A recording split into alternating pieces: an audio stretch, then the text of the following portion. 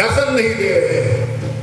तुम त्वन्ते सुकुमारांगी तत्साचा विमोहिता। जो नहीं दर्शन दे रहे, जानती हो तुम बहुत दुर्बल सुकुमार, तुम्हारा जो शरीर है बहुत कमजोर है बेटी, इसीलिए तुमको भगवान भोलेनाथ दर्शन नहीं दे रहे। अब बेटा तुम घर चलो, चलो खाओ पियो और आराम से रहो। थोड़ी जब तुम्हारा स्वास्थ्य अच्छा हो जाएगा तो भगवान तुमको स्वयं दर्शन दे देंगे। और रुद्र भगवान जो तुम्हारे रुद्र देवता है, तुम्हारी दुर्बलता को देखते ही तो कामदेव को उन्होंने जला दिया। ये माता पिता समझा रहे हैं अपनी बच्ची को।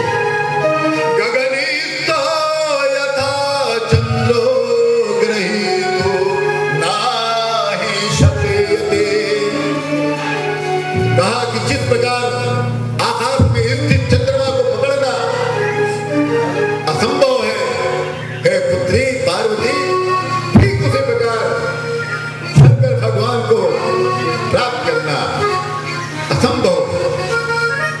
तब पार्वती मैया ने कहा, इस समय इनके भाइयों ने भी समझाया, इनकी माँ ने भी समझाया, सबने रो रो के समझाया। तब पार्वती मैया ने कहा, हे माता, हे पिता और ये मेरे भाइयों, शायद आप लोग भूल गए हो, आप लोग भूल गए हो, अपना स्मरण करा रही हो। आप मेरी प्रतिज्ञा को भी समझो। एक बात बताता हूं, जब हम लोग संकल्प लेते हैं तो संकल्प क्या होता है? एक प्रतिज्ञा होती है कि हम अमुक कार्य को पूर्ण करके ही उठेंगे। ये होता है और उसमें थोड़ा सा एक बात और जोड़ दिया जाता है कि हे भगवान विष्णु जी, जो हम जिस अनुष्ठान के लिए प्रतिज्ञा कर रहे हैं उसको पूरा करवाएं। इसमें माता पार्वती जी कहती हैं कि आपको शायद इस बात का स्मरण नहीं है कि कामदेव को जिसने अपने ज्वाला से जला दिया है, अगर शंकर भगवान अपने त्रिनेत्र के एक किरण से कामदेव को जला सकते हैं तो मैं भी पर्वत से उत्पन्न पुत्री हूं। मेरा नाम पार्वती है, मुझे लोग काली के नाम से जानते हैं। मैं उसी शंकर भगवान को अवश्य प्रसन्न करूंगी। और मैं ये सत्य कह रहा हूं, मेरी माता, हे मेरे पिता, ये मेरी बात को सत्य मानो। यहां बाबा तुलसीदास जी ने तुरंत लिख दिया, तप बल रचई प्रपंच विधाता। तब माता पार्वती ने कहा स्वयं कि आप लोग भूल रहे हो, क्योंकि तपस्या बिना किए कुछ प्राप्त नहीं होता। जब ब्रह्मा जी को तपस्या करना पड़ा तभी सृष्टि की रचना हुई। विष्णु भगवान को तपस्या करना पड़ा तभी वो सृष्टि को चला पा रहे हैं। और शंकर भगवान को भी संहार करने के लिए जो परमात्मा है उनको भी तपस्या करना पड़ा। और शेषनाग को पृथ्वी का भार धारण करने के लिए भी तपस्या करना पड़ा। तप बल रचई प्रपंच विधाता, तप बल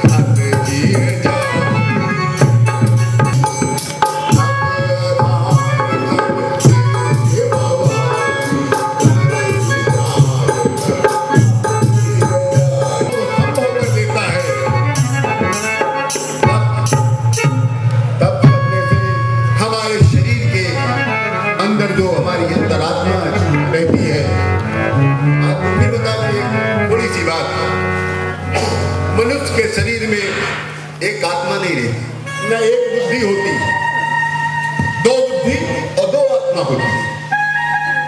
दो बुद्धि, एक भेद बुद्धि होती है, दूसरी अभेद बुद्धि। भेद बुद्धि से हम लोग पाप के विषय में सोचते हैं, जो गलत कृत्य होते हैं, और अभेद बुद्धि सत्य क्रिया के लिए जागृत। और आत्मा कैसे दो होता है? एक आत्मा होती है जो हमारे शरीर का नियंत्रण करती है, जो दूसरी आत्मा होती है वो सूक्ष्म आत्मा होती है, वो उसी आत्मा का नियंत्रण करती है। आत्मा कभी कभी जब हम लोग व्रत रहते हैं तो ये होता कुछ खा लो, आत्मा ना भूखी रहे। अपने लिए हम अपने स्वार्थ के लिए कहते हैं कि हमारी आत्मा ना भूखी रहे, कुछ फल खा लिया जाए, कुछ फलहारी कर लिया जाए। यहां पे मैं बता दूं, आत्मा कभी कुछ खाती नहीं है, कुछ पीती नहीं है, कुछ सुनती नहीं है, कुछ बोलती नहीं है, कुछ देखती नहीं है। आत्मा उस परमात्मा का एक दिव्य अंश होता है। इस तरह तप जो होता है, तप से जैसे हम लोग स्नान करते हैं जल से, तो हमारा जो शरीर का बाहरी भाग होता है वो पवित्र होता है, परंतु जब हम तप करते हैं तो मेरा ये शरीर का अंत में स्थित अंतरात्मा है वो पवित्र होती है। तब मेरी पार्वती मैया कहती है, हे पिताजी, मैं तपस्या करके अवश्य शंकर भगवान को प्रसन्न करूंगी, और शंकर भगवान को प्रकट होना ही होना है। पार्वती जी की बातें जब हिमालय जी और मैना देवी और उनके भाई मैनाक जी ने इसको सुना तो चुपचाप अपनी पुत्री, अपनी बहन को प्रणाम करके लोग वापस चले गए। सबके जाने के बाद हमारी मां परमार्थ से युक्त होकर कठिन ही नहीं है, और कठिन भी नहीं, महान कठिन तपस्या करना प्रारंभ कर दिया। और जैसे मां पार्वती देवी ने सबसे कठिनतम तप को प्रारंभ किया है, वैसे ही तप्ता महातेन तत्मासे चराचरम त्रैलोक्यम हे मुनिषेत सदेवासुरमानुपम। जैसे उनका तप कठिन हो गया, वैसे देवता, असुर सहित तीनों लोग तपने लग गए। सबके अंदर इतनी गर्मी पैदा हो गई, सब लोग चलने लग गए, सब लोग व्याकुल होकर बृहस्पति भगवान के पास गए। बृहस्पति भगवान ने सबको लेकर विधाता ब्रह्मा जी के शरण में गए। ब्रह्मा जी ने कहा, इस जगत का निर्माण तो मैंने जरूर किया है, और ये सृष्टि जो इस समय जल रही है ये मेरे वश में नहीं है। तब ब्रह्मा जी ने शिव जी का स्मरण किया है, और उसी समय ब्रह्मा जी को एक विचार प्रकट हो गया। जैसे शिव का स्मरण किया है, वैसे उनके मन में एक विचार आ गया कि ये तो पार्वती मैया की तप का परिणाम है, मां पार्वती के तप का ये फल है, जिसके कारण ये जगत जल रहा है। सब लोग फिर विष्णु जी के शरण में गए। विष्णु जी के समक्ष अपनी व्यथा को व्यक्त किया तो विष्णु भगवान ने बताया कि हे ब्रह्मा, हे देवगणों, ये तो पार्वती देवी के तप का परिणाम है। हम लोगों को शंकर भगवान के शरण में जाना चाहिए, और शंकर भगवान से निवेदन करना चाहिए कि वो स्वयं जाकर शीघ्र से शीघ्र पार्वती देवी को प्रकट होकर दर्शन दे और उनको वरदान दे विवाह करने का।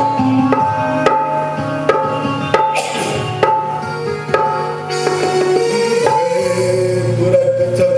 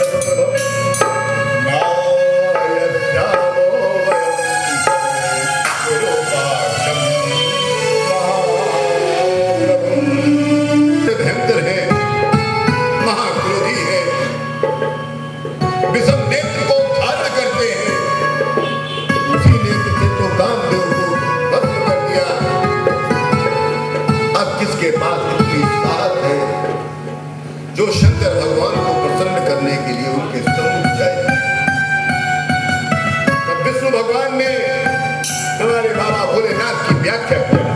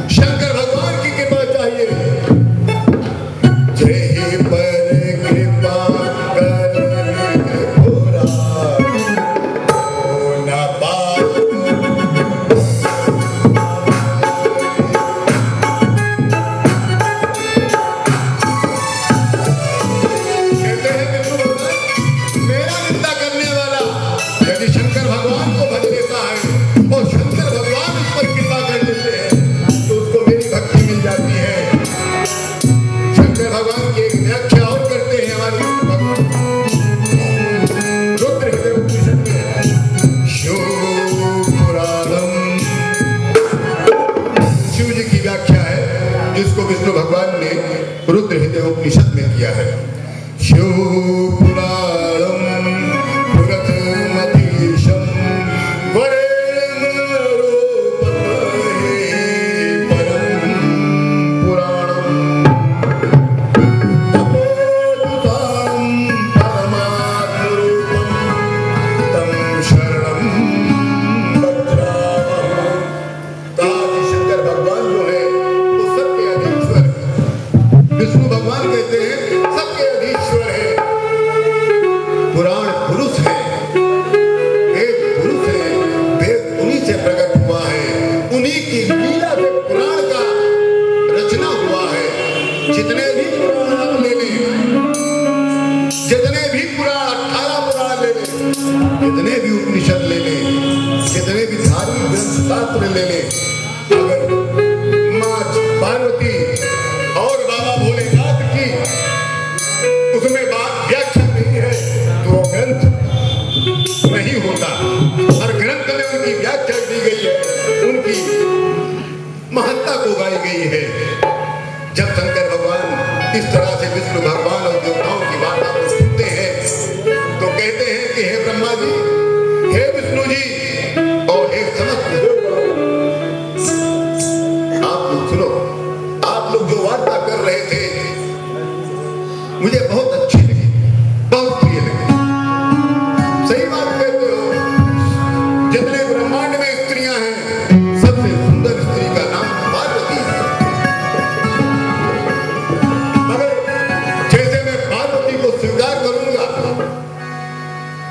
तत्क्षण क्या होगा तुम्हें पता?